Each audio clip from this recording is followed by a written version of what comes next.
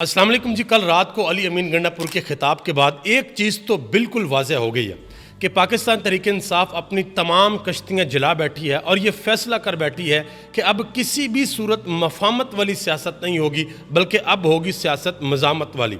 और अली अमीन गंडापुर ने जो 3 इंकशाफात किए हैं, एक से बढ़कर एक किए हैं, और सिर्फ इंकशाफात नहीं किए, साथ ये भी कहा है कि मैं हर किस्म का हलफ देने को तैयार हूँ, लोग मौजूद हैं, मैं अल्लाह के घर जाने को तैयार हूँ, मैं काबे के सामने बैठ कर बात करने को तैयार हूँ।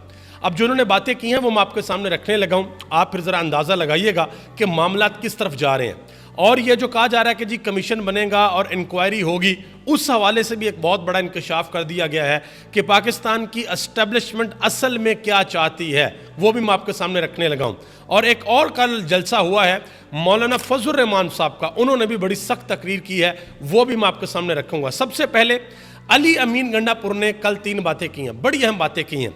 सबसे पहले उन्होंने परवेज़ खटक को मुखातब किया। उन्होंने कहा कि परवेज़ खटक, स्पीकर हाउस के लॉन में तुमने मुझे कहा था कि जनरल बाजवा 2 बातें कह रहे हैं। एक बात वो ये कह रहे हैं कि मुझे 6 महीने की एक्सटेंशन दे दी जाए तो मैं तहरीक अदम एतमाद वापस ले लूँगा, और दूसरा ये कह रहे हैं कि ये जो जितनी भी सियासी पार्टियां हैं इनको NRO इमरान खान दे दे। ये परवेज़ खटक ने कहा अली अमीन गंडापुर को कि ये इमरान खान को जाकर बताओ। तो अली अमीन गंडापुर ने परवेज़ खटक को आगे से पूछा कि तुम तो कमेटी के मेंबर हो, तुमने इमरान खान के सामने ये बात नहीं की? तो उन्होंने कहा कि मैंने इमरान खान को कहा है और इमरान खान ने इनकार कर दिया है।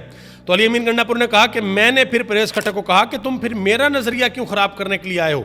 जो इमरान खान ने कहा है बिल्कुल ठीक कहा है। और अली अमीन गंडापुर ने कहा कि परवेज़ खटक, तुम जिंदा हो, हयात हो, इस बात का जवाब ज़रूर देना कि मैं सच बोल रहा हूँ या फिर मैं झूठ बोल रहा हूँ। अब देखते हैं कि परवेज़ खटक साहब जवाब देते हैं या नहीं देते। वैसे तो वो इलेक्शन से कबल वो ये दावा करते थे कि तहरीक इंसाफ को मैं तोड़ दूंगा KPK के अंदर, और तहरीक इंसाफ का नामो निशान नज़र नहीं आएगा।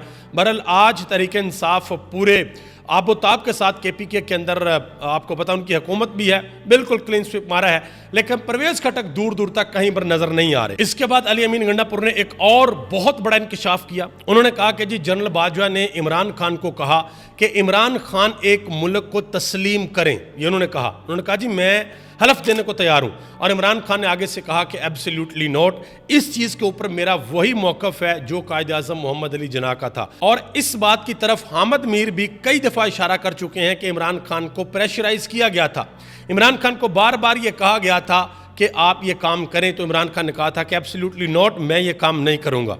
और खैबर पख्तूनख्वा के अंदर गवर्नर राज लगाने के हवाले से भी उन्होंने एक बहुत अहम बात की। उन्होंने कहा कि अगर खैबर पख्तूनख्वा के अंदर गवर्नर राज लगाया गया तो याद रखना फिर हम गवर्नर हाउस के ऊपर जाकर कब्जा कर लेंगे, गवर्नर हाउस भी हमारा होगा और वज़ीर आला हाउस भी हमारा होगा। उन्होंने कहा कि ये खैबर पख्तूनख्वा है और यहाँ पर अवामी राज है, और मुझे ये डराने की कोशिश आप ना करें, ये अली अमीन गंडापुर ने कहा। मज़ीद उन्होंने कहा कि सुप्रीम कोर्ट ने जिस वक्त इमरान खान को गिरफ्तार किया गया, सुप्रीम कोर्ट ने कहा कि गिरफ्तारी गलत हुई, गैर कानूनी हुई। 9 मई को मेरे लीडर को गिरफ्तार करने वाला कौन था? DG ISPR साहब, उनसे भी माफ़ी का मुतालबा करो जिन्होंने मेरे लीडर को गिरफ्तार किया, उसके गिरेबान के ऊपर हाथ डाला। और आखिर में उन्होंने एक बड़ी अहम बात की। उन्होंने कहा जी हम टेबल के ऊपर बैठने के लिए तैयार हैं, बैठते हैं और बैठकर बात करते हैं, डायलॉग करते हैं।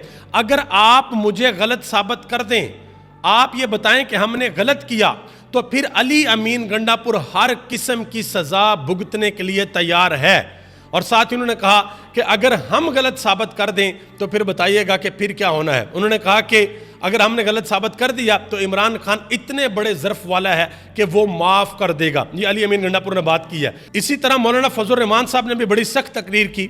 उन्होंने कहा कि आज कहते हो कि 9 मई गद्दारी है, ये कर देंगे वो कर देंगे, कह दो कि धांधली हुई, नहीं हुई तो फिर अवाम ने आपका बयानिया दफन कर दिया। ये मौलाना फजल रहमान ने बात की है। और नजम सेठी साहब ने एक बहुत बड़ा इंकशाफ किया।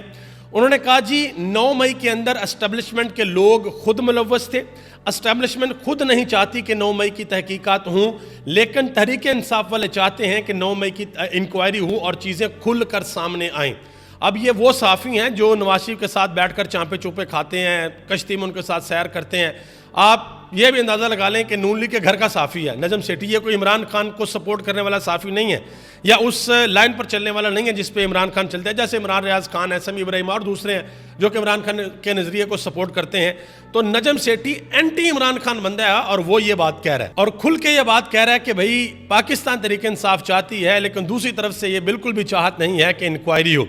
آخر میں آ جائیں جی، ایک تصویر آپ کے سامنے رکھنی ہے، یہ تصویر ذرا دیکھیں، اس میں دو چیزیں آپ کو نظر آ رہی ہیں۔ ایک طرف ایک پارٹی کے چیئرمین کو تذلیل کر کے اس کو گرفتار کرنے کی کوشش کی جا رہی ہے، اور دوسری طرف چند سال قبل جناب محترم عزت مآب حسین نواز صاحب کو غالباً نیب میں بلایا گیا تھا تو ان کی یہ تصویر باہر آئی تھی اور بہت زیادہ احتجاج کیا گیا تھا کہ بھئی یہ کیا کیا ہے، یہ تو بڑی بے عزتی والی بات ہے، اور آج دیکھ لیں کہ کیا ہو رہا ہے۔ آپ سب کا بہت بہت شکریہ۔